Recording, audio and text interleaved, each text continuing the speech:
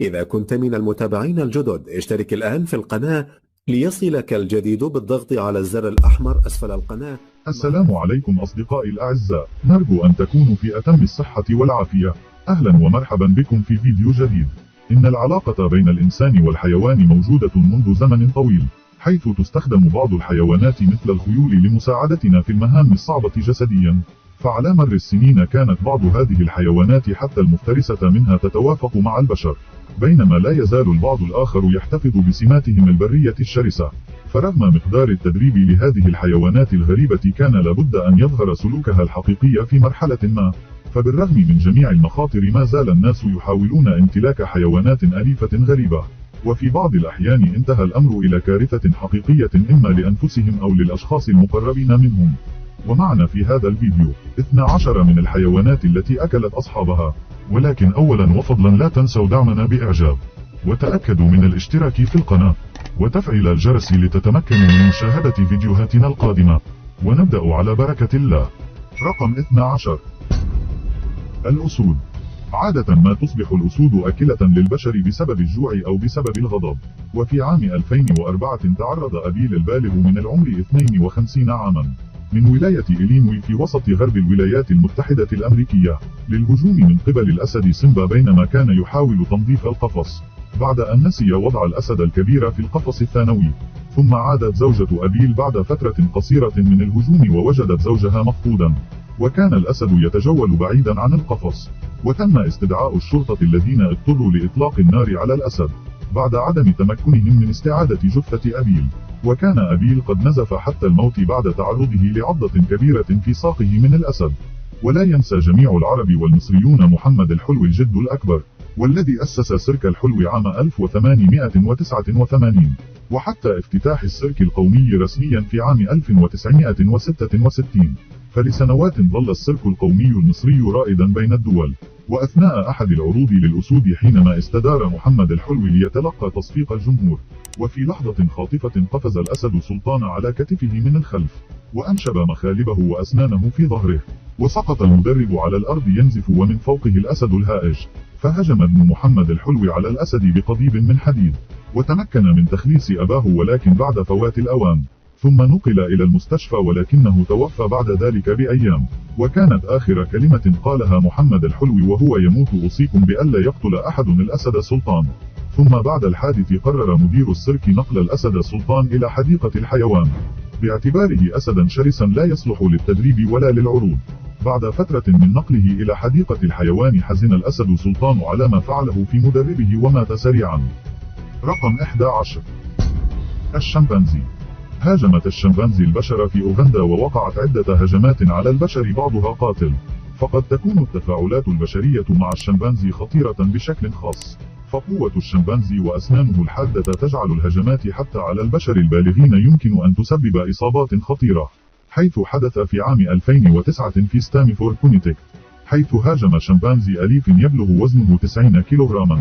فلقد كان الشمبانزي حيوان ساندرا هيرولد الأليفة ويدعى ترافيس، وهاجمها هي وصديقتها. ففي أحد الأيام اتصلت هارولد بصديقتها شارلا ناش للمساعدة في إعادة ترافيس إلى قفصها.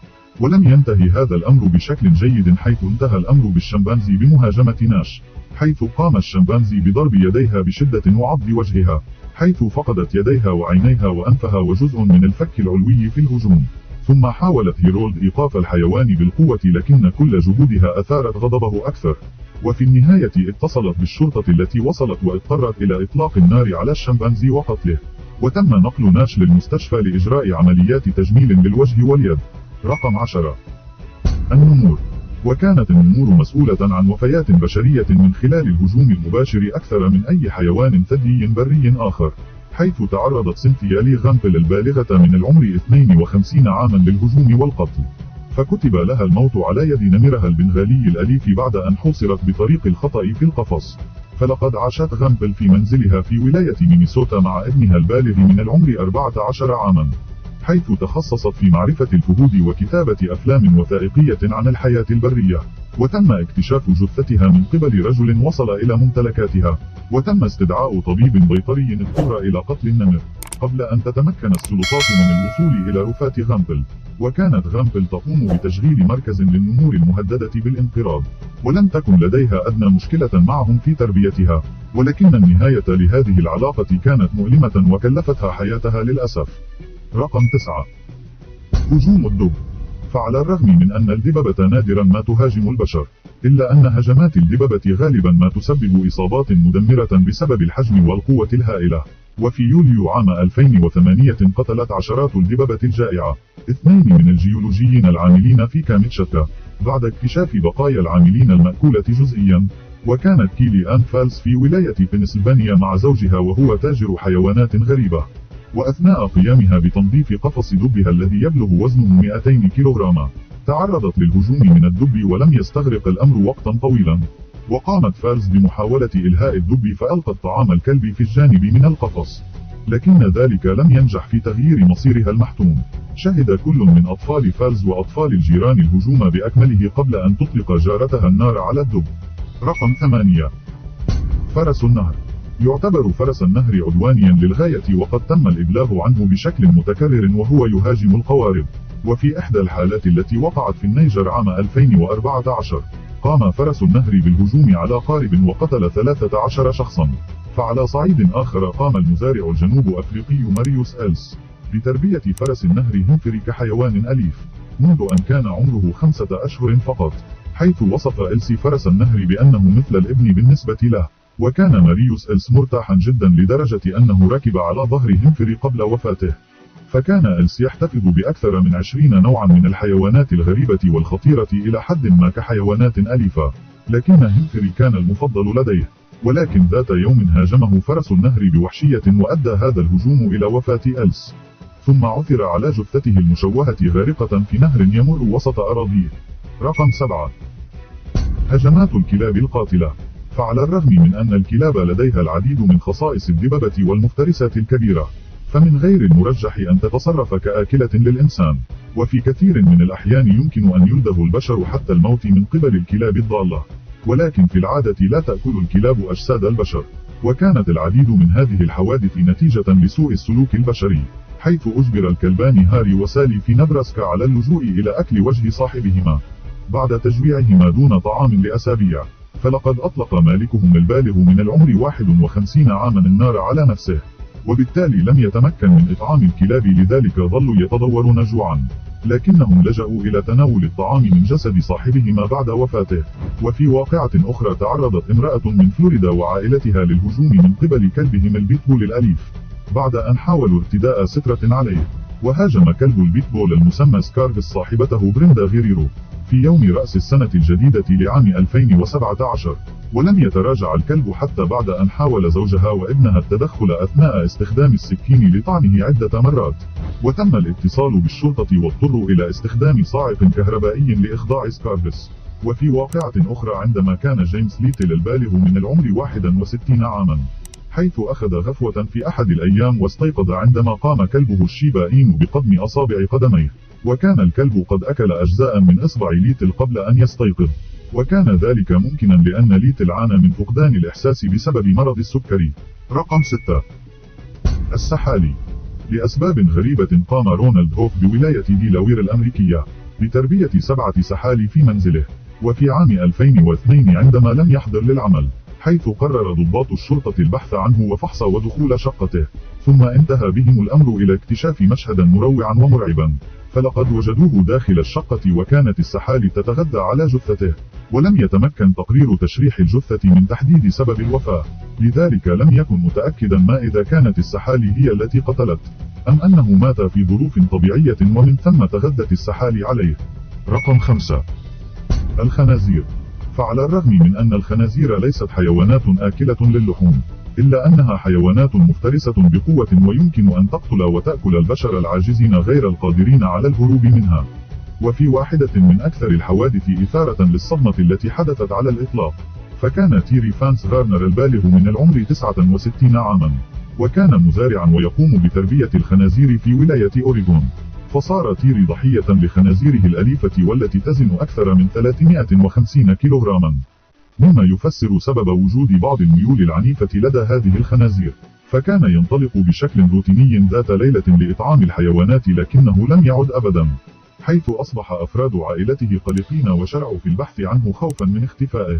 فبعد البحث لعدة ساعات عثروا في النهاية على نظارته وقطع من جسده داخل حظيرة الخنازير، حيث يعتقد أن غارنر أصيب على الأرجح بنوبة قلبية أو ضربه وافتراسه من أحد الخنازير.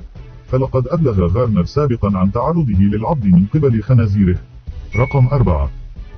جمل أليف يقفز فوق صاحبته حتى الموت. فلقد كانت بام ويبر في بريسبان في أستراليا من محبي الحيوانات الأليفة الغريبة، وكان الجمل الصغير هدية من زوجها في عيد ميلادها 60.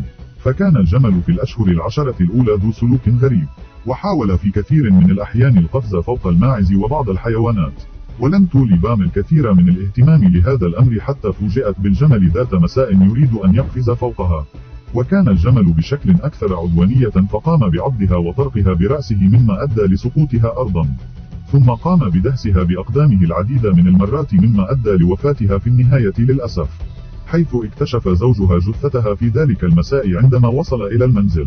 رقم 3. قتل رجل حتى الموت من قبل الثور الأليف. نسمع جميعا عن مصارعين إسبان يتم الهجوم عليهم من قبل الثيران في الحلبة طوال الوقت، لكن هذا الحادث وقع بالقرب من المنزل في ولاية بنسلفانيا في عام 2010. فلقد قتل رجل يبلغ من العمر 52 عاما يدعى ريكي وينولد، حيث كان سبب وفاته على يد حيوانه الأليف وهو ثور وزنه يقارب الطن الواحد. وبحسب ما ورد تسبب الحيوان في مشاكل من قبل عندما كسر بعض ضلوع ريكي في العام السابق، حيث توسل إليه أصدقاؤه للتخلص منه لكنه لم يفعل. فوجد المحققون أنه عانى من عدد من الإصابات المدمرة من حوافر ورأس الثور، ومن المحتمل أنه تعرض للدهس من الثور حتى الموت. رقم 2. القطط الأليفة. رغم أن جميع البشر يحبون القطط الأليفة، حيث يقتربون منها ويربونها ويحبونها كثيرا، إلا أن بعض هذه القطط الأليفة لا يزالون يحملون سماتهم المفترسة من أشقائهم الأكبر بكثير، مثل الأسد الأفريقي أو النمر البنغالي. ففي عام 2010 توفي هربرت والدن، والذي كان يبلغ من العمر 74 عاما، بعد إصابته بنوبة قلبية أثناء رعاية والدته، والتي كانت تبلغ من العمر 94 عاما، حيث توفيت بعد ذلك بوقت قصير بسبب الجفاف نظرا لأنها كانت تعتمد على رعاية هربرت. وعندما وصلت السلطات اكتشفوا أكواما من القمامة مع عشرات القطط المتجولة، نظرا لعدم وجود أحد حولهم لتوفير الطعام لهم، فلقد قرروا إطعام أنفسهم والتغذي على جثث أصحابهم المتوفين بدلا من ذلك. وكانت قطط هربرت الأليفة بالإضافة إلى قطط أخرى قدمت إليهم، واجتمعوا جميعا على التهام أجسادهم والتغذي عليها. رقم 1. الثعابين. فقط عدد قليل جدا من أنواع الثعابين قادرة جسديا على ابتلاع إنسان بالغ، بالرغم من وجود ادعاءات قليلة حول الأفاعي العملاقة التي تبتلع البشر البالغين. ففي عام 2017 في إندونيسيا تم اكتشاف شخص بالغ داخل ثعبان يبلغ طوله 7 أمتار. وفي 2018 تم أكل امرأة تبلغ من العمر 54 عاما تدعى واتيبا بواسطة ثعبان شبكي. وفي صيف عام 2011 ظهرت قصة رعب، حيث قام ثعبان أليف لدى تشارلز دارنيل وجارين في فلوريدا، قام بخنق طفلتهما الصغيرة شيانا التي تبلغ من العمر 2 عام حتى الموت، حيث يعتقد أن الثعبان بسبب الجوع اضطر لابتلاع الطفلة، حيث كانت آخر وجبة تناولها قبل شهر واحد من وقوع الحادث. وكان يبلغ قياس الثعبان 4 أمتار ولم يأكل منذ إطعامه سنجابا صغيرا. وتم القبض على كل من هير ودارنيل وأدين بارتكاب جريمة قتل من الدرجة الثالثة، ثم حكم عليهما بالسجن لمدة 12 عاما. وفي عام 2010 تم العثور على رجل بريطاني يدعى دان براندون، بعد أن توفى في شقته بجوار ثعبانه البرمي العملاق. وكان لدى براندون العديد من الثعابين الأليفة في منزله، حيث حذرته عائلته مرات عديدة من المخاطر التي تصاحب امتلاك مثل هذا الحيوان الأليف، لكنه رفض الاستماع. وفي يوم وفاته قرر بيرن لف الثعبان حول رقبته وعرضه على صديقته، وانتهى ذلك بضيق الثعبان حول رقبته ثم خنقه في النهاية حتى الموت. شكرا لكم أعزائي على المشاهدة، تحية طيبة لكم جميعا، ونلتقي بكم في الفيديو القادم على خير بإذن الله، في أمان الله ورعايته.